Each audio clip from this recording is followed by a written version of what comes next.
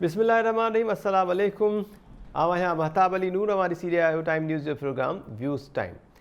नाज़रीन, आसमा जहांगीर कॉन्फ्रेंस में ख़िताब कयो आहे सीनियर सहाफ़िन, जंहिंमें हामिद मीर ख़िताब कयो। उन सां गॾोगॾु आसमा शिराज़ी कुझु ॿिया जेके सीनियर सहाफ़ी आहिनि उन्हनि जो चवणो त मुल्क जी जेका मौजूदा सूरत हाल आहे, इन सूरत हाल में लॉन्ग मार्च जो ख़तरो बहरहाल बरक़रार आहे।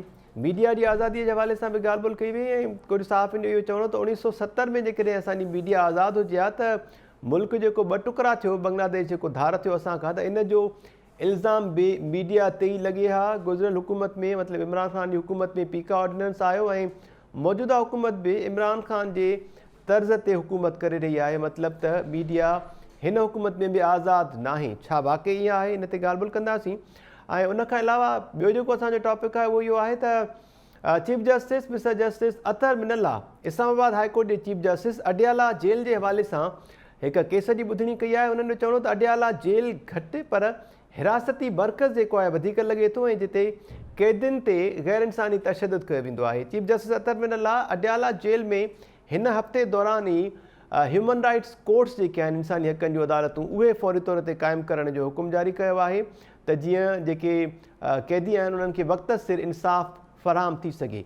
हाणे साझावंद जेके धुरियूं आहिनि उहे चवनि पियूं त रुॻो इस्लामाबाद में छो या अडियाला जेल में छो, मुल्क जी हर कुंड में हर इलाइक़े में जिते जिते अहिड़े क़िस्म जा जेल्स मौजूदु आहिनि, जिते जिते इंसानी हक़नि जूं भञकड़ियूं थियनि थियूं, ख़ासि तौर ते क़ैदियुनि ते इंसानियत सोज़ जेको तशदुद थिए थो, उन जे हवाले सां ख़ुसूसी अदालतूं क़ाइमु थियणु घुरिजनि जीअं अहिड़नि मामलनि में जेके दरख़्वास्त गुज़ार आहिनि उन्हनि खे फौरी तौर ते इंसाफ़ जी फ़राहमी मुमकिन थी सघे। जेके पैनलिस्ट आहिनि उन्हनि जो तारीफ़ मां सां कराईंदो हलां। मुश्ताक मीरानी साहब सीनियर तर्जुमा निगार असांखे जॉइन कयो आहे। डॉक्टर यूब शेख साहब असां सां गॾु आहिनि। प्रोफेसर इनाम भट्टी साहब सीनियर तर्जुमा निगार असां सां गॾु आहिनि। जगदीश आहूजा साहब ऐं इदरीस लिगारी साहब असां सां गॾु आहिनि। प्रोफेसर इनाम भट्टी साहब, अवां खां शुरूआति कयूं पिया ज़र प्रोग्राम जी। अडियाला जेल में ई छो सिर्फ़ु ऐं सॼे मुल्क में सिंध जे कुंड कुर्छ में बि ख़ुसूसी अदालतूं क़ाइमु थियणु खपनि, जिते जिते इंसानियत ख़ासि तौर ते जेका इंसानी हक़नि जी भञकड़ी थिए पई, बुनियादी इंसानी हक़नि जी, उन्हनि ख़िलाफ़ इहे अदालतूं ॿुधणियूं कनि ऐं ट्रायल्स जेके आहिनि फौरी तौर ते हल थियनि, जीअं जेके मुतासिर आहिनि उन्हनि खे इंसाफ़ बि मिली सघे वक़्त ते। सर जे अंदरि इहो सदाईं थींदो रहियो आहे। आइन में इहो लिखियलु हूंदो आहे त ही आइन जेको आहे सो सभिनी शहरुनि जे लाइ बराबरि आहे ऐं उन्हनि खे सभिनी खे बराबरि जा हक़ ॾिए थो। पोइ उहे चाहे जुडिशल ट्रायल जा हक़ हुजनि या कंहिं शइ ताईं रसाई जा हक़ हुजनि, इक़्तिदार हासिलु करण जा हक़ हुजनि या कंहिं तालीम जा, सिहत जा, जेके बि हक़ आहिनि उहे सभु बुनियादी हक़ जेके आहिनि उहे सभिनी खे बराबरि जा आहिनि। पर किथे तव्हां ॾिठो आहे त कंहिं बि माण्हूअ खे को बराबरि जो हक़ मिलंदो हुजे? इनखे त छॾे ॾियो, पर तव्हां एयरपोर्ट ते वञो, तव्हांखे एयरपोर्ट ते ई नज़र अची वेंदो त हिकिड़े आम शहरी में ऐं उन ख़ासि शहरी में कहिड़ो फ़र्क़ु आहे। तव्हां कंहिं बुकिंग ऑफिस में हलिया वञो, पोइ उहा चाहे रेलवे जी हुजे या कंहिं बि सरकारी जेको आहे सो खाते जी, उते तव्हांखे ख़बर पइजी वेंदी। उनखे बि छॾे ॾियो, तव्हां रुॻो नंढड़े खां नंढड़ी कंहिं ऑफिस में हलिया वञो, मुख़्तियार कार तपेदार जी में, त उते बि तव्हांखे इहा ई शइ नज़र ईंदी त जुडिशरी जंहिंखे इन शइ ते पाबंद करणु खपे त सॼे मुल्क जे अंदरि सभिनी माण्हुनि सां बराबरी जो सलूक थियणु खपे, उते बि जेकॾहिं जज साहिबान सिर्फ़ु हिकिड़े कंहिं ख़ासि जेल जो नालो वठी करे चवनि त उते ह्यूमन राइट कोर्ट्स जेके आहिनि हलणु खपनि ऐं उते जेको आहे सभिनी माण्हुनि खे इंसानी हक़नि जे तहफ़ुज़ जे लाइ उन्हनि जी उते अदालत लॻाई वञे, त उनखे वधीक छा थो चई सघिजे। हालत इहा आहे त कोर्टूं रुॻो जेलनि में उडियाला में छो बल्कि सॼे पाकिस्तान जे हर उन जेल में, ऐं वरी इहो ही त हिननि त जेको आहे सो हींअर हर जेको जज आहे उहो ह्यूमन राइट्स कमीशन जो चेयरमैन बि आहे पंहिंजे पंहिंजे डिस्ट्रिक्ट जो, जेको डिस्ट्रिक्ट सेशन जज आहे।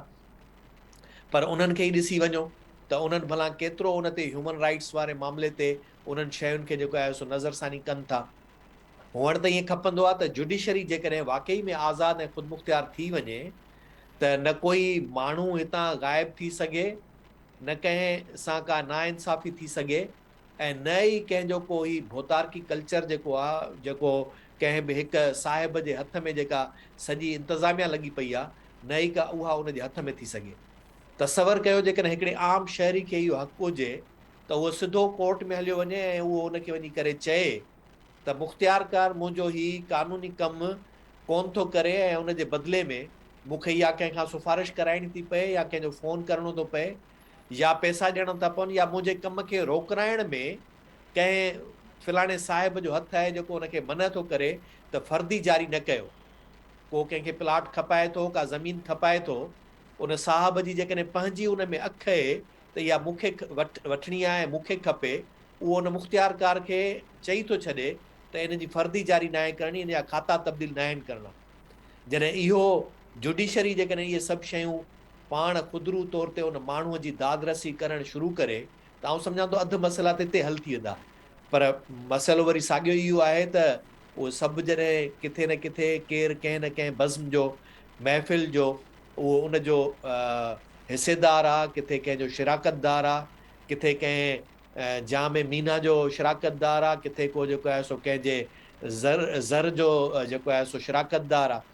त उन में सभु जेकी शयूं थियनि थियूं पोइ उहे तव्हां ॾिसो था ख़ुदि जेॾीमहिल पोइ वीडियोज़ आम अचनि थियूं त उहे स्विमिंग पूल जे किनारनि ते जेके शयूं थियनि थियूं उहे बि पधरियूं थियूं थियनि। इहा अलाए छो वरी इन्हनि खे पाण खे बि ख़बर नथी पए त असां कॾहिं ऐं कीअं हुन अदलिया खे आज़ादु करे वेंदासूं।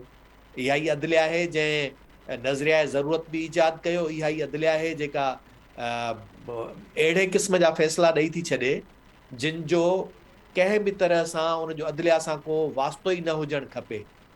पर जॾहिं वरी के मामला अहिड़ा जेके अदलिया में वञनि था त उते अदलिया चए थी त इहो असांजो मामिलो कोन्हे ऐं इहो उनखे उतां फ्लोर तां अचणु खपे।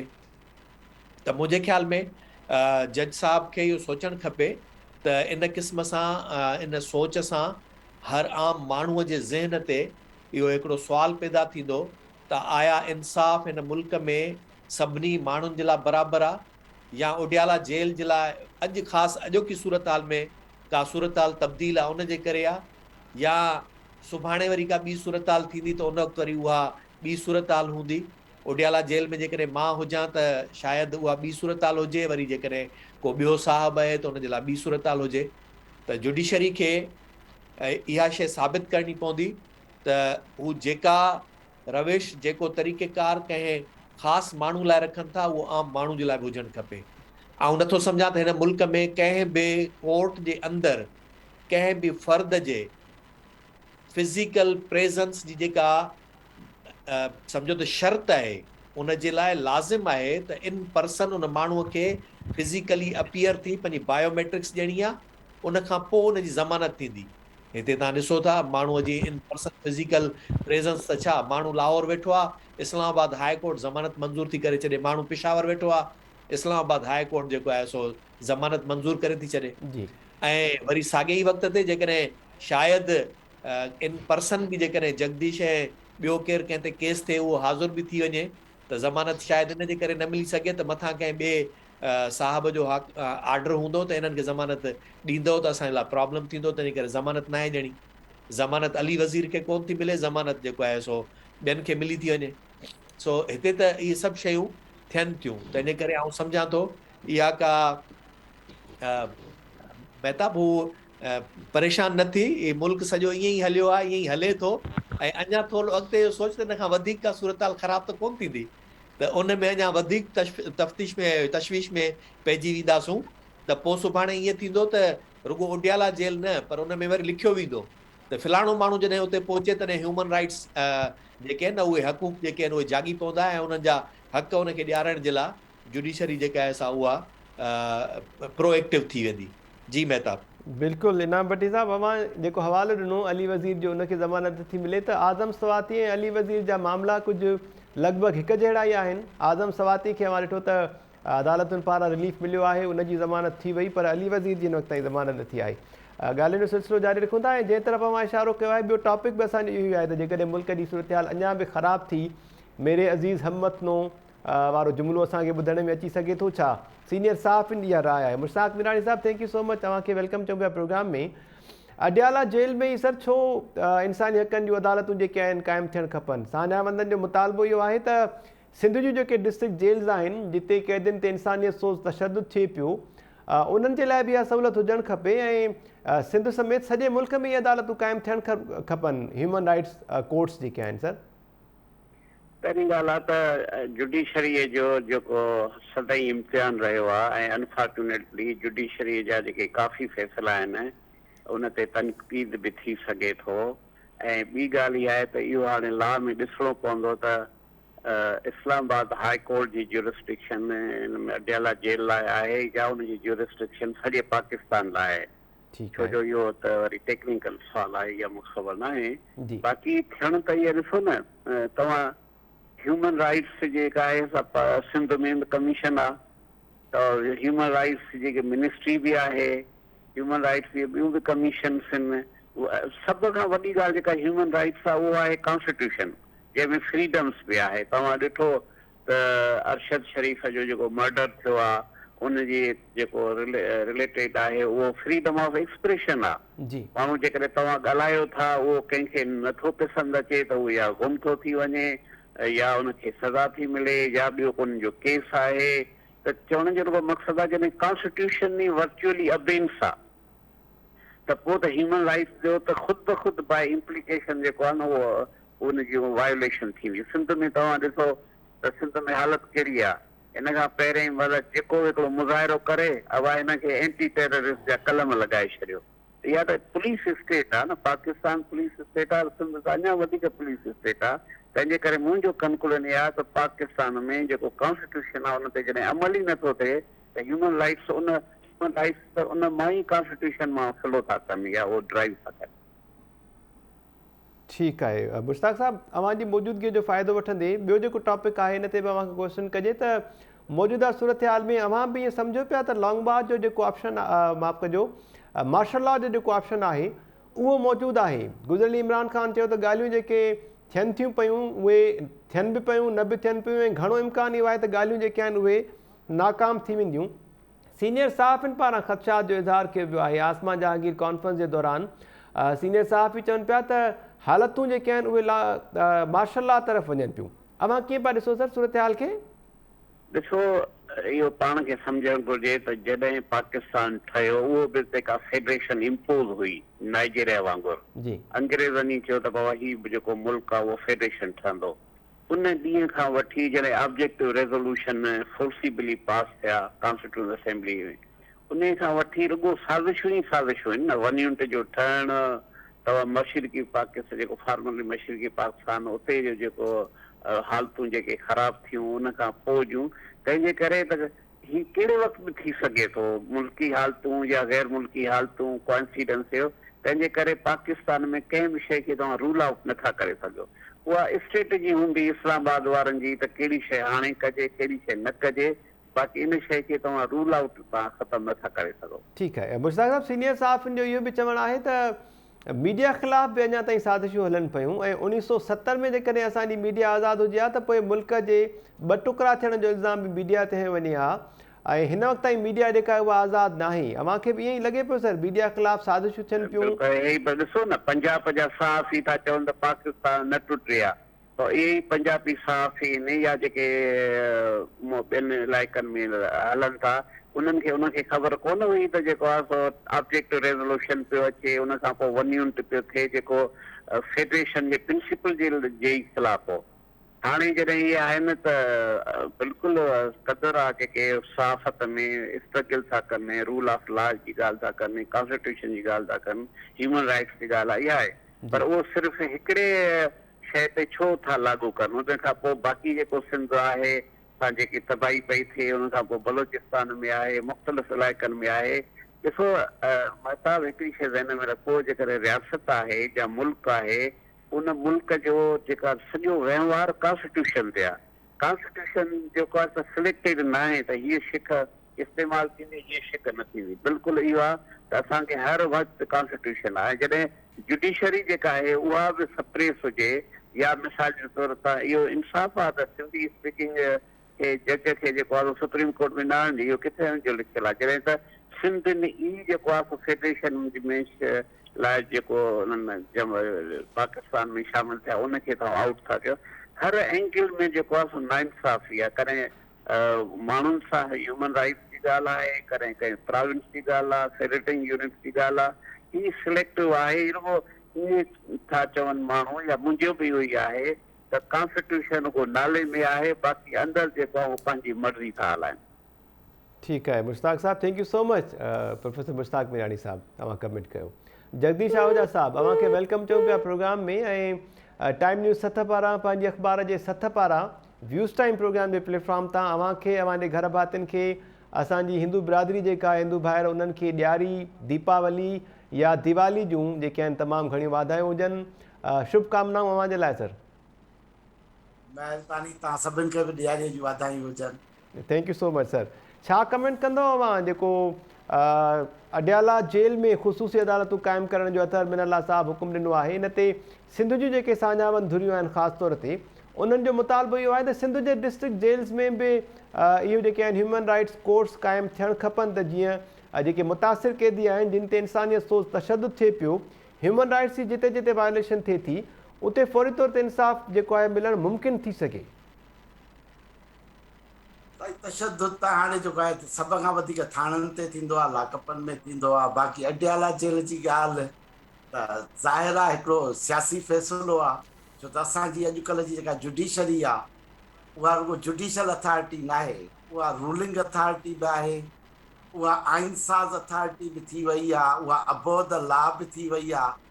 हितां जा जज साहिब आहिनि, असांजो हू चवे थो जस्टिस फाइज़ ईसा साहिब, जी, त तव्हां सुप्रीम कोर्ट ते न ॻाल्हायो, अदलिया ते न ॻाल्हायो, हुनजे जजनि ते ॻाल्हायो।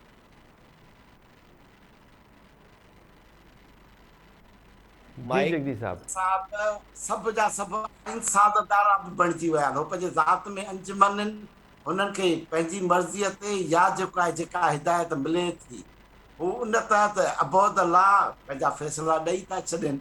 ऐं हीउ जेको अडियाला जेल आहे, लॻे थो त हिकिड़ो ख़ासि क़ैदीअ जे अचण जी तयारी थी रही आहे, ऐं वरी ख़ासि माण्हुनि जा इंसानी हक़ आहे।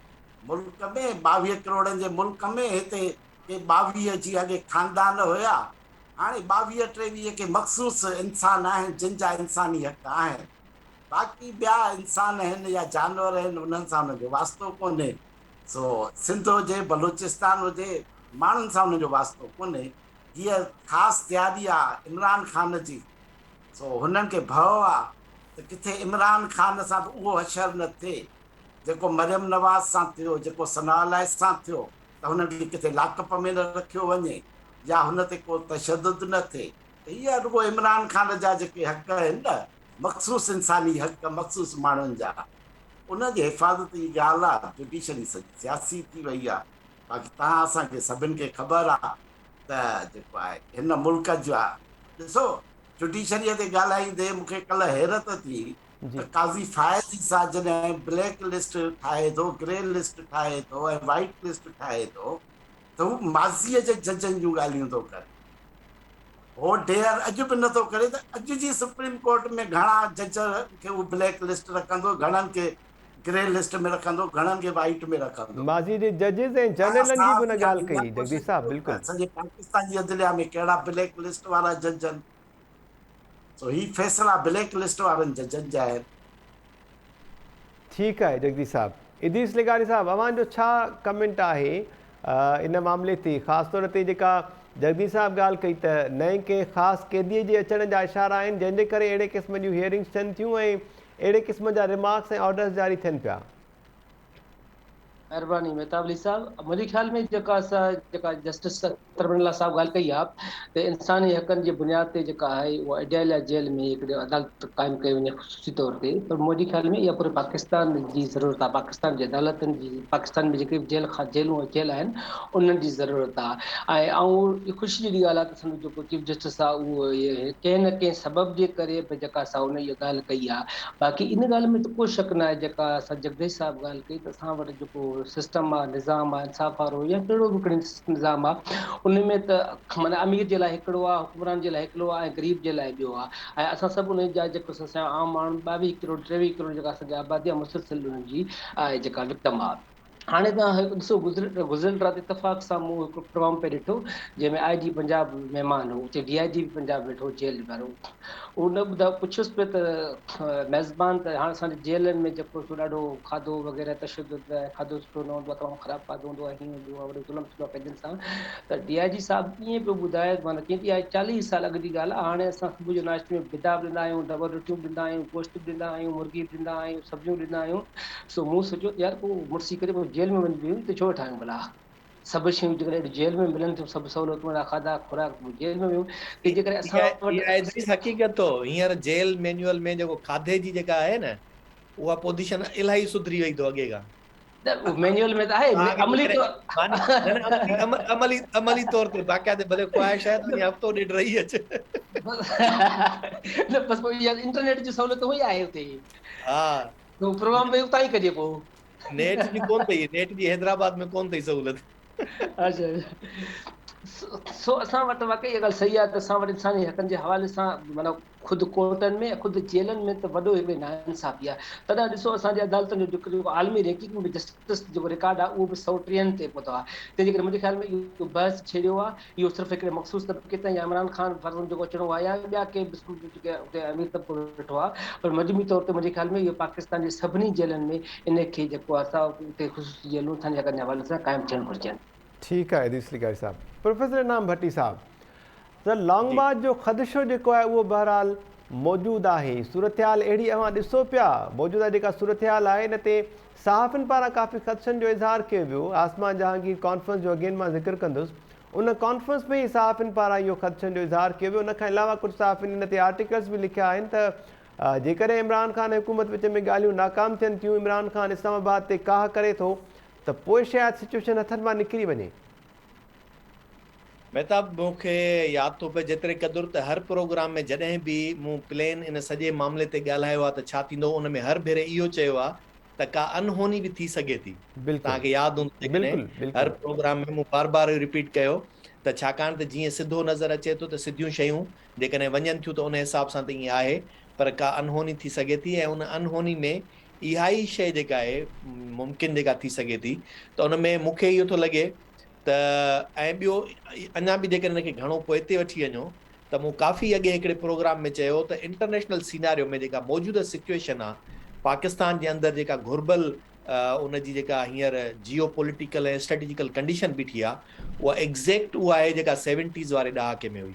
जी ऐं तव्हांखे यादि हूंदो उन वक़्त में चयो त जीअं उन वक़्त में 70s में इंटरनेशनल कुवतुनि खे, आलमी कुवतुनि खे इहा ज़रूरत हुई त पाकिस्तान जे अंदरि कंहिं बि अहिड़े हिकिड़े माण्हू जे हथ में इक़्तिदार हुजे, अख़्तियार हुजे, जेको मुकमिल तरह ते हर शइ जो अमल दरामद कराए सघे ऐं केर बि उन खां पुछण वारो न हुजे। ऐं पोइ तव्हां ॾिठो जनरल ज़ियाउल जी मार्शल लॉ लॻी वई। त हींअर बि जेका मौजूदा सूरत हाल आहे उहा इन खां का कंहिं क़दुरु मुख़्तलिफ़ कोन्हे। जेकॾहिं हींअर तव्हां यूक्रेन वार ॾिसंदो, चाइना जे लाइ अमेरिका जी तयारी ॾिसंदो, इकनॉमिक कंडीशंस वर्ल्ड ओवर जेके थियनि पियूं उहे ॾिसंदो, जी सऊदी अमेरिका जा रिलेशंस जेको आहे उहे ॾिसंदो, ईरान जा मामलात ॾिसंदो, इंडिया खे ॾिसंदो, इन्हनि सभिनी खां पोइ तव्हांखे ताइवान ऐं अंदाज़ो चाइना जी जेका सूरत हाल हले पई इन ते बि ताइवान ऐं चाइना जी सूरत हाल जेका हले पई उन में त इन में हाणे त इहो त मुमकिन थी सघे थो, पर उन सॼे में जेको माहौल जीअं पैदा थिए थो उन में जेकॾहिं ईअं ई थिए थो, छाकाणि जेका इमरान ख़ान ख़ुदि बि वरी इशारो ॾेई चुको आहे त ॻाल्हियूं त बैकडोर में हलनि थियूं पयूं, पर को उमेद ऐं आसरो कोन्हे, तंहिंजे करे तयारु रहिजो केॾी महिल बि लॉन्ग मार्च जी कॉल जे लाइ। त जेकॾहिं मामिलो ईअं ई थिए थो त पोइ मुंहिंजे ख़्याल में ही सभु शयूं जेके आहिनि, जॾहिं जेतिरो घणो जेको चयो वेंदो आहे त असां सियासत खां परे रहण था चाहियूं, असांजो सियासत में मुदाख़लत करण जो को बि इरादो कोन्हे, ऐं रिटायरमेंट जे लाइ तयारु थी वियो आहियां, 5 हफ़्तनि खां पोइ रिटायर थी वेंदुसि। हाणे इहे सभु शयूं जेके आहिनि इन्हनि सभिनी जे पुठियां इन जो ॿियो पासो बि थी सघे थो। त जी असां त ईअं सोचियो हो, असां त ईअं तयारु हुयासीं, पर तव्हांजूं कंडीशंस मुल्क जे अंदरि जॾहिं तव्हां अहिड़ियूं पैदा कंदव जेके कंहिंजे बि कंट्रोल में न हूंदियूं, जेको कंहिंजे बि वस में न हूंदियूं, ऐं मुल्क जी जेका सूरत हाल आहे उहा हिकिड़े पासे तव्हां वटि तालिबान वेठा हुजनि, जेके अलक़ाइदा ऐं दाइश जो बि ख़तरो हुते मौजूदु हुजे, ऐं अमेरिका जॾहिं चई चुके त तव्हांजा न्यूक्लियर असेट्स जेके आहिनि उहे कंहिं बि तरह सां महफ़ूज़ न आहिनि, ऐं ॿिए पासे तव्हांखे इंडिया हुजे ऐं उते कश्मीर जा इशूज़ हुजनि, त उते ॿियो को रस्तो बचे कोन थो सवाइ उन्हनि खे इहो चवण जे असां खां सवाइ हिन मुल्क जो केर बि कोन्हे जेको हुनजो तहफ़ुज़ करे सघे, हिफ़ाज़त करे सघे। ऐं पोइ इहे सभु जेके तफ़सीलात ईंदा त 5th जनरेशन वार आहे, ॿाहिरियूं कीअं क़ुवतूं इन्वॉल्व थियूं थियनि, पोइ उन्हनि कंहिंखे इन्वॉल्व कयो, इहे सभु शयूं वरी पोइ तव्हां ॾिसंदव सभिनी धुरियुनि ते इहे इल्ज़ामात लॻण शुरू थी वेंदा त मुल्क जी सालमियत जे लाइ ॿाहिरियुनि क़ुवतुनि जेका बि पेनिट्रेशन कई पए, प्रॉक्सी कई पए, उनखे ख़तमु करण लाइ सिर्फ़ु इहो ई रस्तो आहे। त इहा शइ मुमकिन इन ई सिर्फ़ु सबबु थी सघे थी जेकॾहिं वाक़ई में को खून ख़राबे तरफ़ सूरताल वधे थी ऐं उन में जेको बार बार सभई धुरियूं इहो चवंदियूं रहनि थियूं त बहितर इहो आहे जेकॾहिं PTI लॉन्ग मार्च करणु चाहे थी त उनखे पुरअमन तरीक़े सां लॉन्ग मार्च करण जी इजाज़त ॾिनी वञे त उहो भले कनि। जेकॾहिं सरकार उनखे जेकॾहिं रुकावट विझण जी कोशिशि कंदी, उन में टकराव जेकॾहिं थिए थो त टकराव जी सूरताल में जेका ख़तरनाक हद ताईं जेका सिचुएशन क्रिएट थी सघे थी, उन में ॿियो को रस्तो न बचंदो। ऐं हाणे ॿियो अचूं था हिन ते त जेकॾहिं वाक़ई ईअं आहे त पोइ छा मुल्क जी मईशत, मुल्क जी जेका मौजूदा इकोनॉमिक कंडीशन आहे, उन में इहे सभु शयूं मुमकिन आहिनि।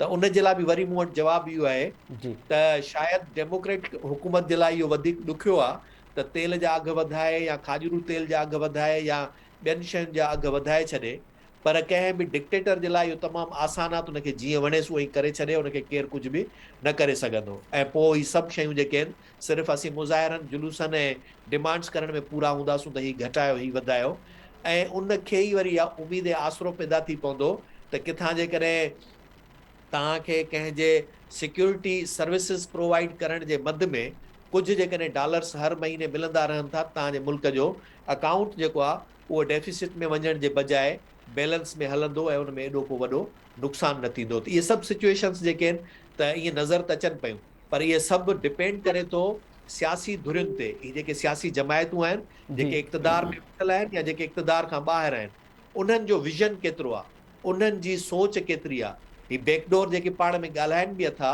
यकीनी तौर ते उन्हनि जे ॻाल्हियुनि में बि इहो नुक़्तो शामिलु हूंदो, छाकाणि त माज़ी में बि जॾहिं बि आपोजिशन ऐं इक़्तिदारी धुर पाण में डायलॉग कंदी रही आहे त उन वक़्तु बि इहो ई ख़तरो उन्हनि खे हिक ॿिए जे आॾो रखंदा रहिया आहिनि त जमहूरियत कंहिं बि तरह सां पंहिंजे रस्ते तां न हटणु खपे, यानी जमहूरियत डीरेल न थियणु खपे। जी पर हाणे डिपेंड थो करे त जेका मौजूदा वक़्त में मुख़ालिफ़ धुर आहे, आया उन्हनि जे बि तरजीहात में इहो आहे त जमहूरियत डीरेल न थिए या हुननि जे तरजीहात में ॿियो कुझु आहे। जेकॾहिं इहा शइ जेकॾहिं न रही, कंहिंजे बि तरजीहात में थोरो बि हुन में फ़र्क़ु अची वियो त पोइ ऐन मुमकिन आहे त जमहूरियत डीरेल थी वञे। ऐं लाज़मी न आहे त अॼु जे दौर में डायरेक्ट मार्शल लॉ अचे। तव्हां जीअं ॾिठो त हिकिड़ो नओं वर्जन मार्शल लॉ जो पेश कयो हो परवेज़ मुशर्रफ, जेको प्रोविजनल एग्जीक्यूटिव ऑर्डर जी PCO, जेको हुयो PCO छा हा प्रोविजनल कॉन्स्टिट्यूशनल ऑर्डर PCO बिल्कुलु PCO जे तहत जेको आहे सो उहो सदर थी वेही रहियो ऐं उहो चीफ एग्जीक्यूटिव बणिजी वियो मुल्क जो। त उन में न को सदारत जी ज़रूरत पई, न को मार्शल लॉ डिक्लेयर करण जी ज़रूरत पई, ऐं उनखे वरी पोइ अॻिते हली करे कोर्टुनि बि क़बूल करे छॾियो, वरी कोर्टुनि खे त छॾियो, मथां जॾहिं असेंबलियूं आयूं उन्हनि असेंबलियुनि बि उनखे जेको आहे सो कंहिं बि तरह सां आइन शिकनी करार कोन ॾिनो, आर्टिकल 6 लागू न थियो, न त उन्हनि शयुनि ते त आर्टिकल 6 लागू थियणु खपिया।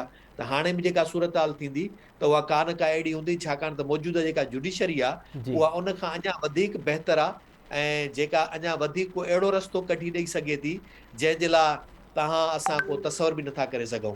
छाकाणि आइन आहे, कॉन्स्टिट्यूशन आहे, हुनजी इंटरप्रिटेशन केरु कहिड़ी कंदो, कीअं कंदो, हुनजी का ख़बर ई न पवंदी। जी ठीकु आहे प्रोफेसर इना भट्टी साहब, वापसि सवाल अचूं था पिया जगदीश आहूजा साहब। गुज़िरियल जेको प्रोग्राम हुयो असांजो लास्ट सैटरडे जो वीकेंड स्पेशल प्रोग्राम हूंदो आहे, उन में अवां कमेंट कयो त मुल्क जेको आहे उहो पॉइंट ऑफ नो रिटर्न ते पहुची चुको आहे। उन बाबति तव्हां कुझु हवाला बि ॾिना हुआ जेसिताईं मूंखे यादि आहे। छाजे करे मुल्क पॉइंट ऑफ नो ऑर्डर ते पहुची चुको आहे, या अहिड़ी सूरत हाल अवां ॾिसो पिया? फेटअप जा मामला जेके आहिनि उनजी ग्रे लिस्ट मां असां ॿाहिरि अची वियासीं। एशियन डेवलपमेंट बैंक सां मुआदो थी वियो आहे, उतां कर्ज़ु मिले थो असांखे। वर्ल्ड बैंक सां मामला हल थी विया, IMF सां मामला जेके आहिनि उहे हल थियनि पिया। पोइ बि छाजे करे इहो इम्कान या इहो ख़दशो मौजूदु आहे त मुल्क में मार्शल लॉ जेका आहे उहा लॻी सघे थी? इन ते तव्हांजो कमेंट सर। ॾिसो, जीअं इनाम चयो त मार्शल लॉ जे इम्कान खे त असां कॾहिं बि हिन मुल्क में रद्द नथा कयूं, छो त हीउ प्यारो पाकिस्तान आहे ई मौजज़नि जो मुल्क। सो हिते केॾी महिल बि राति पेट में कुझु बि मुमकिन आहे। बाक़ी हाणे तव्हां जेका पॉइंट ऑफ नो रिटर्न वारी ॻाल्हि था कयो, जी त मां अञा हिकु ॿियो जुमिलो छब्बर ज़ैदीअ जो मां ॿिनि जुमिलनि खे मिलायो त ॾिसो शब्बर ज़ैदीअ उन ई इंटरव्यू में हिकिड़ी ॿी बि ख़तरनाक ॻाल्हि कई हुई त पाकिस्तान अॼु उते बीठो आहे जिते सोवियत यूनियन 1990 में बीठो हुयो। तव्हां सम्झो था, ही कंहिं सियासी माण्हूअ जो बयानु कोन्हे। शब्बर ज़ैदी आहे जंहिंखे इमरान जे ई दौर में आयो ऐं हू सॼो आहे इकानमी ते नज़र आहे। FBI त जो सोवियत चेयरमैन रहियो, बिल्कुलु। यूनियन टुकड़ो छा ते हुयो, इकानॉमिक कोलैप्स हुनजो थियो हो। उन खां पोइ उन में पॉलिटिकल अनस्टेबिलिटी पैदा थी। हुन जीअं ई रिफॉर्म्स आणण जी गोरबाचो कोशिशि कई त उहे रिफॉर्म्स जे बदिरां उते अनारकी पैदा थी वई। त सेम सूरत हाल थी वई त पाकिस्तान दिसंबर में ई डिफॉल्ट ते पहुची चुको हो। अञा बि उहो वेंटिलेटर ते पहुची चुको हो। इहो बि मरियम नवाज़ जो पंहिंजो बयानु हुयो त पाकिस्तान वेंटिलेटर ते अची वियो आहे। हाणे जेकॾहिं वेंटिलेटर तां लथो आहे या त ऑक्सीजन ते आहे, माना जंहिं ॾींहं ते चाहिनि जॾहिं चाहिनि उहो ऑक्सीजन हुन तां हटाए छॾींदा त उहो लास्ट स्टेज में आहे। जी त इहो जेको बि तरीक़ो आहे त इहे जेके बि इकोनॉमिक कंडीशन्स आहिनि, पॉलिटिकल कंडीशन्स आहिनि, या जीअं मां चयो त अॼु जज हिकिड़ो जज आइन खे बदिलाए थो छॾे या 3 जजनि जी बेंच आइन खे बदिलाए थी छॾे। जंहिं आइन में तब्दीलीअ लाइ 2/3 मेजॉरिटी खपे, जी उन उन आइन खे हिकिड़ो जज पंहिंजे ऑर्डर सां तब्दील थो करे छॾे, पंहिंजे पसंदि। वरी उहा ई बेंच वरी उनखे रिविजन थी करे छॾे त हीअ जुडिशरीअ में बि अनारकी आहे। ॿियो अदारो वॾे खां वॾो जंहिं लाइ चयो वेंदो आहे त भई Pakistan is the run of the army, run through the army. उन जे लाइ तव्हां हिकिड़ी ॿियो अहम बयानु ॾिसो जो बाइडेन जो, जेको हुन चयो त पाकिस्तान दुनिया जो ख़तरनाक तरीन मुल्कनि मां हिकु आहे। त अॻ में हुन जो जवाज़ उहो ॾींदा हुया त किथे एटमी हथियार मज़हबी क़ुवतुनि जे हथ में न हलिया वञनि। उन खां पोइ पर वज़ाहत अची चुकी आहे सर हिन वाइट हाउस भेरे जी, तव्हां जगदीश उहो साहब। इंटरव्यू ध्यान सां ॿुधो। हुन उन खां पोइ जवाब इहो ॾिनो आहे देयर इज़ नो कोहिजन, जी माना जेका मिलिट्री कमांड आहे उन जे विच में हाणे इतिहाद कोन्हे। इन जे करे पाकिस्तान जा एटमी हथियार गैर महफ़ूज़ थी विया आहिनि। त इन पस मंज़र में मार्शल जे इम्कान खे रूल आउट नथो करे सघिजे, इंटरनली बि ऐं एक्सटर्नली बि। बाक़ी ॿी हिकिड़ी शइ ॿी बि आहे, जी आया असांखे बि थोरो सोचणो पवंदो। असां जेको चवंदा आहियूं त बदतरीन जमहूरियत, बदतरीन आमिरियत खां बहितर आमिरियत खां बहितर आहे। असांजी जमहूरियत आहे कहिड़ी? आसमा जहांगीर वारी कॉन्फ्रेंस में जॾहिं बिलावल खे स्पीच लाइ घुरायो वियो त अली वज़ीर जी आज़ादीअ जा नारा लॻा। जी उते असांजो वज़ीर ख़ारजा चवे थो, जेको पार्टीअ जो चेयरमैन बि आहे, उहो चवे थो त उहो मुतालबो उन्हनि खां कयो जेके हुनखे आज़ादु थियण नथा ॾियनि। यानी असांजी जमहूरियत, सोकाल्ड जमहूरियत, फ़ौजी आमिरियत खे हिकिड़ी ढाल फराहम करे वेठी आहे। पोइ जेकॾहिं फ़ैसिला उहे था कनि, जनरल था कनि, त छॾियो त भाॻ बि उहे वठनि, त माण्हू हिसाब किताब बि सिधो उन्हनि खां कनि। सो मुंहिंजे बयान ते शायदि जेको आहे नाराज़गी थिए, त मां त चवां थो त ठीकु आहे, जेकॾहिं मामलनि खे सिधो ई थियणो आहे जी त ही माण्हुनि सां मुनाफ़िकीअ वारी रांदि छो थी थिए? नाले में अॻियां सियासतदाननि, पोयां जज ऐं जनरल आहिनि। सो इन खां भले जेके हुकूमत कनि था आॾो अचनि, इन्हनि खां हाणे ख़ौफ़ज़दा थियण बि असांखे छॾे ॾियणो खपे। जे लॻे थी त भले लॻे, माशाअल्लाह। इनखे बि सिंध जो अवाम जगदीश साहब ऐं जी बलूचिस्तान जो अवाम मुंहुं ॾेई वठंदो। ठीक है जगदीश साहब। इदरीस लिगारी साहब, अवां जो कमेंट सर, मुल्क में मार्शल लॉ जो इम्कान मौजूद है, इन इम्कान खे रद्द नथो करे सघिजे। मुख़्तलिफ़ सहाफ़िन पारां, साझा वंदनि पारां इहो ख़दशो ज़ाहिर कयो वियो आहे। मेहताब अली साहब ॾिसो, इहो त इन ॻाल्हि में को शक कोन्हे त रंधिणे में रोलो आहे। रंधिणे में रोलो जेको अॼु खां न आहे, इहो मुशरफ जे वञण खां पोइ थियो आहे। ऐं जॾहिं मुशरफ वियो हुयो त 2 लाबियूं मौजूदु हुयूं। हिकिड़ी लाबी मुशरफ जी हुई, ॿी लाबी जेका हुकूमत में आई हुई उहा आई। उन खां पोइ वरी राहिल शरीफ़ जी लाबी हुई, जंहिंजे ख़िलाफ़ वरी जेको धरणो लॻो हो नवाज़ शरीफ़ जे ख़िलाफ़, उहा बि जेका वरी मुशरफ जी लाबी जेका हुई। ऐं उन खां पोइ हींअर ॾिसो जेको सो माना 12 जेके आहिनि वॾा ऑफिसर, लेफ्टिनेंट जनरल जेके आहिनि, हिकिड़ी वक़्तु थिया विया आहिनि। इहो पाकिस्तान जी तारीख़ जो भुटे साहब खां पोइ मिसाल आहे। भुटे साहब फ़क़ति 18 जेके जनरल जेके आहिनि उहे बरतरफ़ कया हुआ। सो बि वॾे उभर पाकिस्तान जी सान्य खां पोइ हेॾा को बि सान्य न थियो आहे। ऐं उन मां अंदाज़ो करे सघिजे थो त अंदरि केतिरी खिचड़ी पची रही आहे, अंदरि ख़ुदि जेको इदारो आहे उहो ख़ुदि केतिरे क्राइसिस जे बहिरान खे मुंहुं ॾेई पियो थी। हाणे ॿियो पासो इहा त आलमी सूरत हाल असांजी फेवर में अचा, आलमी ताक़तूं वाक़ई चाहिनि थियूं छा। ॾिसो पाकिस्तान हींअर आलमी सतह ते सफ़ारती सतह ते मुकमल तनाई जो शिकार आहे। अमेरिका जा पाकिस्तान में उहे इंट्रस्ट न आहिनि जेके ओसामा खां अॻु में, ख़ासि तौर ते 2011 खां अॻु में हुआ।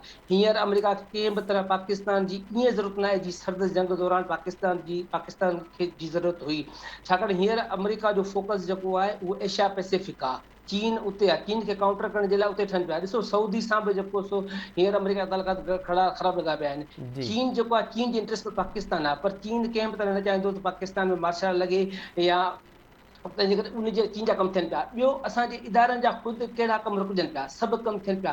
पाकिस्तान सख़्तु माशी बहिरान में आहे। त ही मुंहिंजे ख़्याल में आहे इन्हनि मां माना खणंदा छा अहिड़ो सॼो जेको सियासतदाननि ते जेको लानताणो वसे पियो, सियासतदान जेके तनक़ीद निशाद में आहिनि, जेका बेरोज़गारी आहे, बुख आहे, गुरबत आहे, महांगाई आहे, उहो ओवरऑल जेको पाकिस्तान जो जेको रियासती क्राइसिस आहे उहो सॼो कुल्हनि ते बार खयो बीठा आहिनि सियासतदान। त ही मुंहिंजे ख़्याल में कहिड़ी तरह सां उहो खणंदा त सॼो जेको सो, छाकाणि पैदा ज़ाहिर आहे असां सम्झूं था सभु जा सभु दोस्त वेठा आहियूं, उहे पैदा कंहिंजो थियल आहे, असुल ताक़तूं कंहिंजियूं आहिनि, हींअर बि ताक़तवर उहे आहिनि, पर उहे छो अची साम्हूं सरेआम हिन सूरत हाल में जॾहिं आलमी सतह ते उनखे कंहिं वॾी इमदाद, वॾा डॉलर्स जेके आहिनि मिलण जा के बि इम्कान आहिनि, त पोइ उहे ईअं छो कंदा मुंहिंजे ख़्याल में। तंहिंजे करे आलमी सूरत हाल, मुल्की सूरत हाल ऐं ओवरऑल पाकिस्तान जी जेका सूरत हाल आहे उहा कंहिं बि तरह सां फेवर नथी करे त मुल्क में जेका आहे मार्शल आहे। बाक़ी इन ॻाल्हि में को शक न आहे त अंदरूनी सख़्तु बहिरान आहे, सख़्तु वेड़ हले पई, तंहिंजा कहिड़ा कुझु ॾींहंनि में थी सघे थो त उनजा इम्कान हेठि मथे या के शयूं थी बि सघनि थियूं, इन ॻाल्हि खां इनकार नथो करे सघिजे। ठीकु आहे इदरीस लिगारी साहब। प्रोफेसर इनाम भट्टी साहब, अवां ॿुधो पिया सर? जी बिल्कुलु ॿुधायो। इनाम साहब, साॻी कॉन्फ्रेंस में मीडिया जी आज़ादीअ ते बि सवाल उथारिया विया आहिनि ऐं सीनियर सहाफ़िन पारां इहो चयो वियो त जेकॾहिं 1970 में बि मीडिया आज़ादु हुजे हा त पोइ मुल्क जे ॿ थियण जो इल्ज़ाम बि मीडिया ते लॻे हा। मतिलबु त 1970 खां वठी असांजी मीडिया आज़ादु न आहे। इन जा कहिड़ा सबब आहिनि सर? मीडिया जी आज़ादीअ जे लाइ छा थियणु खपे?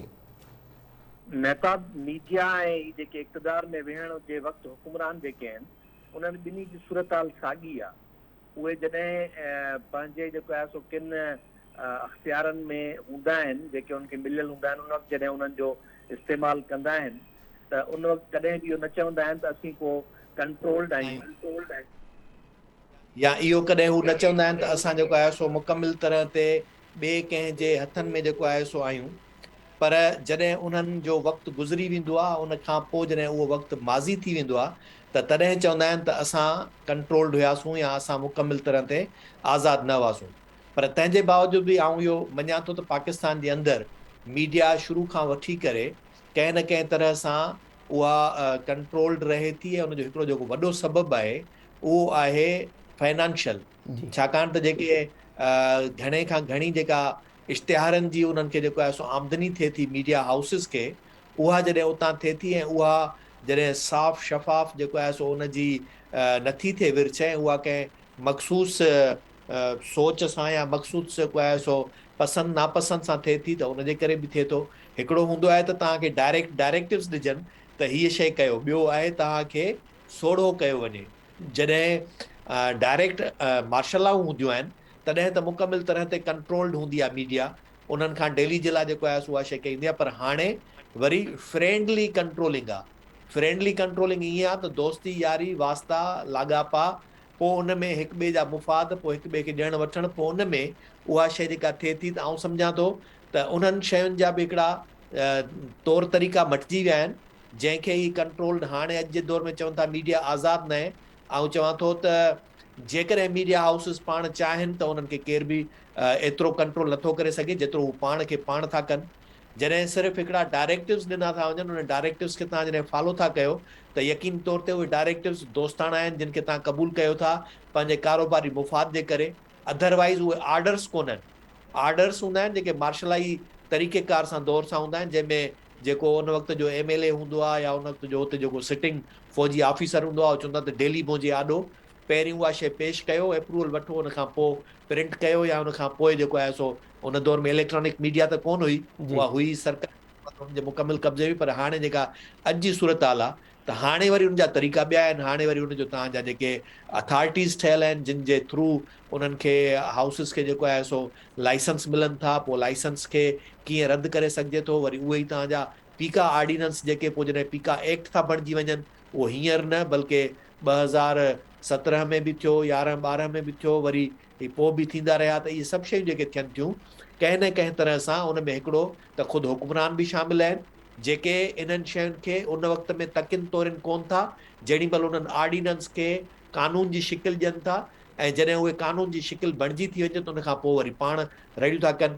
आउं त सम्झां थो त ही जेको इक़्तिदार जी ख़्वाहिश में इक़्तिदार जे पुठियां हलंदड़ ही सियासतदान जेके आहिनि उहे बि उन वक़्त में इहो विसारे था वेहनि त असुल हक़ीक़ी जमहूरियत छा थींदी आहे, हक़ीक़ी अवामी राय जी आज़ादी छा थींदी आहे, ऐं उन्हनि खे बि इहा शइ जॾहिं इक़्तिदार में वेहनि था त सभु विसरी थी वञे। जॾहिं वरी इक़्तिदार खां ॿाहिरि थियनि था त तॾहिं उन्हनि खे बि इहा शइ यादि ईंदी आहे, ऐं पोइ चवंदा आहिनि त असांजे अख़्तियार में कुझु न हुयो। जी आउं त चवां त इहो उन्हनि खे उन वक़्त में चवणु खपे जंहिं वक़्तु उहे इक़्तिदार में वेठा आहिनि त बाबा आउं आयो त आहियां हिन कुर्सी ते वेठो आहियां, पर मुंहिंजा एतिरा अख़्तियार कोन्हनि।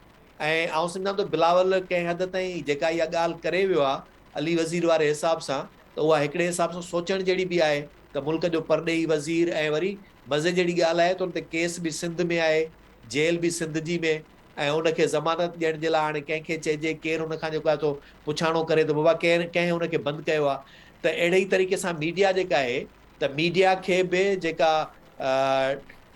सम्झिजे त कंट्रोलिंग अथॉरिटीज़ जेके आहिनि उहे कंहिं न कंहिं फ्रेंडली वे सां कंट्रोल कनि था, ऐं उहो फ्रेंडली वे फाइनेंशियल बेनिफिट्स आहिनि। जेकॾहिं उहे इदारा पाण खे एतिरो सघारो कनि ऐं एतिरो ताक़तवर कनि जो उन्हनि जे फ्रेंडली डायरेक्टिव्स खे क़बूल न कनि, ऐं ॿियो त जेके सियासतदान जी जेके इनाम साहब। ऐवाननि में वेही करे उहे छा हूंदी आहे नेपरा आहे, छा आहे नेपरा जा जेके पेमरा पेमरा पेमरा जी पेमरा जा जेके रूल्स जेके आहिनि जेके ओॾी महिल ठहनि था त उन वक़्तु उन्हनि खे छो नथो जेको आहे सो यादि ॾियारियो वञे, उन्हनि खां इहो पुछो छो नथो वञे। ऐं इहे ई सभु असां मीडिया हाउसिस सहाफ़ी वग़ैरह उन्हनि सियासतदान ॾाढो जॾहिं बीठा आहिनि त उन्हनि सां उन क़िस्म जो एहतजाज कोन था कनि। जी ऐं मुंहिंजे ख़्याल में त इन में इक़्तिदार में वेठल धणी जेके आहिनि उहे, ऐं जेके जमहूरियत जा दावेदार आहिनि उहे, ऐं मीडिया हाउसिस जेके आहिनि उहे सभु जा सभु जेकॾहिं गॾिजी इन्हनि शयुनि ते सोचनि त तॾहिं ई जेको आहे सो हक़ीक़ी तौर ते सभु शयूं आज़ादु थी सघनि थियूं। पर आज़ादु न करण जो सबबु जेको आहे उहो पंहिंजे मर्ज़ी जा सभु कम सभिनी खां कराइण, उहा ई असुल सबबु आहे। जी ठीक है प्रोफेसर इनाम भट्टी साहब। जगदीश साहब अवांजो कमेंट सर, मीडिया इदारा कंट्रोल्ड आहिनि या इहे बि जेके आहिनि सिर्फ़ु अफ़वाहूं आहिनि? मीडिया जी आज़ादी जे लाइ थियणु छा खपे सर? इन ते बि ख़दशात जो इज़हार कयो आहे सीनियर सहाफ़िन साझा वंदन। जगदीश साहब माइक खोलियो प्लीज़, माइक अनम्यूट कजो सर। हाँ सारी जी जेका पाकिस्तान जी मीडिया आहे हाणे जो कल्चर आहे उहा बेसिकली हाणे उहा कॉर्पोरेट मीडिया। पहिरीं जेका प्रिंट मीडिया हुई उहा एतिरी भले केॾी बि ज़ियाद जे दौर में सेंसरशिप थींदी हुई त ओॾी वरी मज़ाहिमत बि थींदी हुई। तॾहिं त मां चवां थो त हाणे जेके असुल हुक्मराननि भले साम्हूं अचनि त हाणे जेका इनाम वारी ॻाल्हि त जेका फ्रेंडली आहे उहा फ्रेंडली छाजे लाइ आहे? छो त कॉर्पोरेट मीडिया आहे। हाणे हुनजा कॉर्पोरेट इंट्रस्ट आहिनि। सहाफ़ी खे हायर ऐं फायर करणु अॻु जे भेट में तमामु सवलो आहे। अॻे एतिरो ईज़ी कोन हूंदो हो प्रिंट मीडिया जे दौर में। मां त सम्झां थो त हीअ जेका कॉर्पोरेट मीडिया आहे उहा माण्हुनि खे ब्रेन वॉशिंग करण में वधीक इफेक्टिव साबित थी आहे बिनिस्बत हुकुमराननि जे कंट्रोल्ड प्रिंट मीडिया जे। जी असां हुन प्रिंट मीडिया में बि जेको आहे इन बिटवीन द लाइन्स घणो कुझु चई वेंदा हुआसीं। सिंधी मीडिया त इन मामले में ॾाढी होशियारु रही आहे। उर्दूअ जे अंदरि प्रोग्रेसिव एंटी स्टेबलिश राइटर हूंदा, पंहिंजी कान का गुंजाइश कढी वठंदा। पर हिते त 24 कलाक सॼी जेका बि स्टेब्लिशमेंट जो व्यू आहे त असांखे माण्हुनि खे मञाइणो आहे त ही ॿ सियासतदान बेईमान आहिनि, ही टियों सियासतदान ईमानदार आहे, ऐं माण्हू हुनजे कढ लॻी पिया। एॾो कंट्रोल अॻे प्रिंट मीडिया वटि न हो, एॾी इफेक्टिव प्रिंट मीडिया न हुई। त मां सम्झां थो त हीअ कॉर्पोरेट मीडिया हुकुमराननि लाइ वॾो इफेक्टिव वेपन साबित थी आहे। ऐं इते साफ़ जीअं त वरी फ्रेगमेंटेड थी वई आहे। त उन्हनि जी जे लाइ मीडिया जी आज़ादीअ लाइ का भरपूर तहरीक हलाइण बि ॾुखी ॻाल्हि थी वई आहे। त ठीकु हीअ ॻाल्हि ॾाढी ॾुखी ऐं पेचीदा ज़रूरु आहे, जंहिंमें मीडिया जी आज़ादी जी तहरीक सवाइ ताक़तवर अवाम दोस्त सियासी क़ुवतुनि खां सवाइ न हलंदी। छो त तव्हां हींअर ॾिसो था न, जॾहिं नवाज़ शरीफ़ जे हामी यानी इमरान जे मुखालिफ़ सियासतदाननि जे ख़िलाफ़ विचंट हली पए जी त केतिरा ई सहाफ़ियुनि ते हलियो, का बि तहरीक न हली।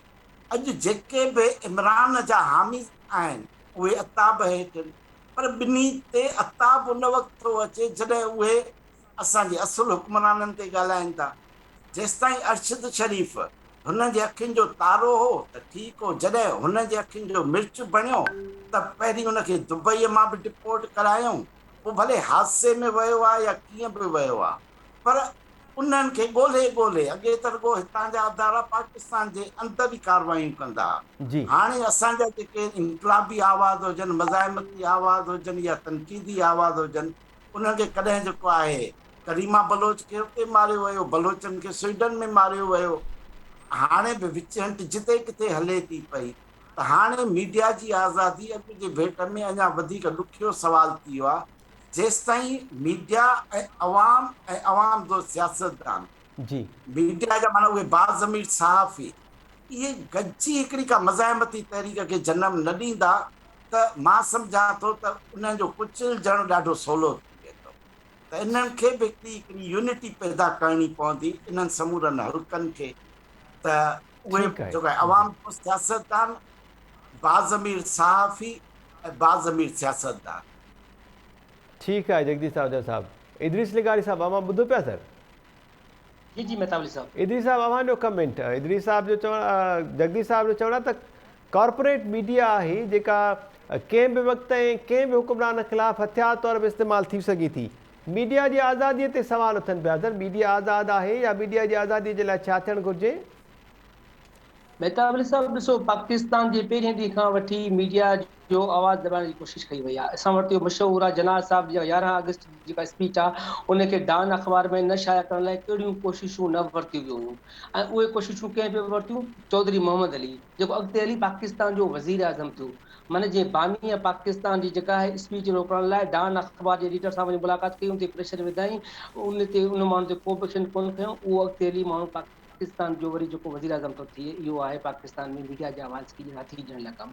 वरी अचूं था अयूब खान जो दौरु, जेको आहे प्रेस एंड पब्लिकेशन सां जेको हुयो, उन असांजी मीडिया सां प्रिंट मीडिया सां ख़ासि तौर असरु कयो। यहया खान जे दौर में असांजी मीडिया जो इहो असरु हुयो, डान अख़बार पाकिस्तान जी वॾे खां वॾी अख़बार आहे, उहा 15 दिसंबर 1971 ते लिखे थी त पाकिस्तान ओभर पाकिस्तान में सभु शयूं जेके कंट्रोल ऐं सही वेठा आहिनि। जी 16 माना 24 कलाकनि खां पोइ मुल्क ॿ थी अची। भुटे साहब जे दौर में जेका प्रेस जी आज़ादी, उनजा रिकॉर्ड भरिया पिया आहिनि त कहिड़ो कहिड़ो सिंधी मीडिया सां, उर्दू मीडिया सां, ॿी मीडिया सां कहिड़ो भुटे साहब जी जेका जमहूरी हुकूमत असरु न कयो हुयो। ज़िया जो जेको दौरु आहे उहो पूरो कारो दौरु जेको रहियो आहे पाकिस्तान जी मीडिया जी आवाज़, प्रिंट हुजे त ॿी मीडिया वारी थी। ईअं वरी हाणे ज़ाहिर जेकर इहो ईअं रहियो त जॾहिं आमिरनि जा दौर ईअं रहिया त तव्हां अंदाज़ो को नवाज़ शरीफ़ जो ऐं जेको सो बेनज़ीर साहिबा जो दौरु, उहो केॾे क़दुरु आवाम जे लाइ मीडिया जे लाइ फ़ाइदेमंद रहंदो। वरी मुशरफ जो दौरु, उनमें बि ज़रूरु मीडिया आई, मीडिया असरु थियूं, पर उनजो आवाज़ कीअं दॿायो पिए। हींअर वरी जेको नवाज़ शरीफ़ वारो ही दौरु, वरी इमरान ख़ान जा ख़ासि तौर ते जेको दौरु आहे, उन में इमरान ख़ान खे हुकूमत मिली त पाकिस्तान जो वर्ल्ड फ्रीडम में नालो हो 139 ते। हाणे पाकिस्तान जो इमरान ख़ान जा जेके ई पोणा 4 साल पूरा थी विया, इमरान ख़ान जो पाकिस्तान जो नंबर जेको अची वियो 157, माना जी 157 नंबर ते, माना तक़रीबन 18 दर्जा जेको पाकिस्तान तरक़ी करे आयो मीडिया जे हवाले सां। ऐं 45 सहाफ़ी जेके आहिनि, तंहिंमें 2 शायदि फीमेल सहाफ़ी आहिनि जेके हुयूं, उहे बि क़त्ल थियूं। त हीअ मजमूई तौर ते आहे पाकिस्तान में मीडिया फ्रीडम। हाणे सुवाल ही आहे, ॾिसो हिकिड़ी त वाक़ई मेन स्ट्रीम मीडिया आहे जंहिंखे घणी कंट्रोल करण जी पूरी कोशिशि कनि था, पर हाणे जेका ही सोशल मीडिया आहे, वी लागर्स जेके आहिनि, उन्हनि हिकिड़ो कमाल करे छॾियो आहे। अॻे जेके ख़बरूं असां सालनि खां पोइ पवंदियूं हुयूं, हाणे 3 ॾींहंनि खां पोइ या 5 कलाकनि खां पोइ हिकिड़ो वी लागर वेठो आहे दोस्त ज़बरदस्त आहे, उहो करे थो वी लाग, सॼी ख़बर पइजी वञे। हाणे उहे ॻाल्हियूं लुकनि कोन थियूं, भले ही केॾियूं बि कोशिशि कनि, केॾी बि मेन स्ट्रीम मीडिया खे कंट्रोल करण जी कोशिशि कनि,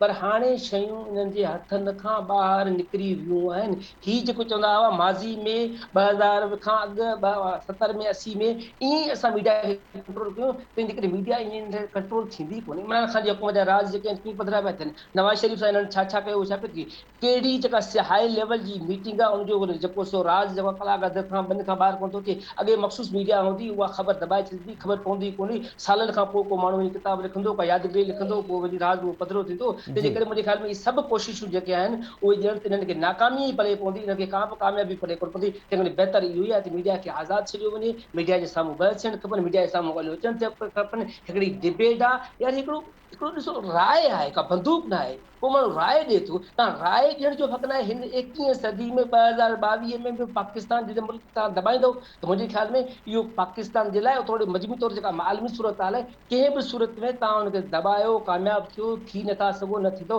हीअ फ़क़ति छड़ियूं आहिनि ऐं आख़िरी छड़ियूं लॻनि थियूं, मुमकिन आहे 2-3 साल हलनि, वधि खां वधि वॾो वरसो न वठंदियूं। ठीक है इदरीस लिगारी sahib, thank you so much sir. Jagdish Ahuja sahib अवांजी वॾी महिरबानी, thank you so much. Professor नाम भट्टी साहब अवांजी वॾी महिरबानी ऐं प्रोफेसर मुश्ताक मीरानी साहब अवांजी बि वॾी महिरबानी। 1970 खां वठी असांजे मुल्क जी मीडिया आज़ादु नाहे, कॾहिं पीका ऑर्डिनेंस जी सूरत में, कॾहिं वरी पैमरा रूल्स जी भञकड़ी जी सूरत में मीडिया खे कंट्रोल करण जी कोशिशि थींदी रही आहे। इन मामले ते पैनलिस्ट जी राय शामिल कई। उन सां गॾु गॾु सिर्फ़ु अडियाला जेल में छो, सिंध जी कुंड-कुड़छ, बलोचिस्तान ऐं पूरे मुल्क में जेके डिस्ट्रिक्ट जेल्स आहिनि उन्हनि में इंसानी हक़नि जूं अदालतूं, ख़ुसूसी कोर्ट्स जेके आहिनि उहे क़ाइमु थियणु घुरिजनि। साझा वंदनि पारां इहो मुतालबो कयो वियो आहे। ऐं उनखां अलावा मुल्क में मार्शल लॉ जो इम्कानु केतिरी हद ताईं मौजूदु आहे, सूरत हाल केॾांहुं पई वञे, ते पैनलिस्ट जी राय शामिल कई। अॼोके प्रोग्राम में एतिरो ई। ईंदड़ प्रोग्राम ताईं ॾींदा इजाज़त। अलाह निगहबान।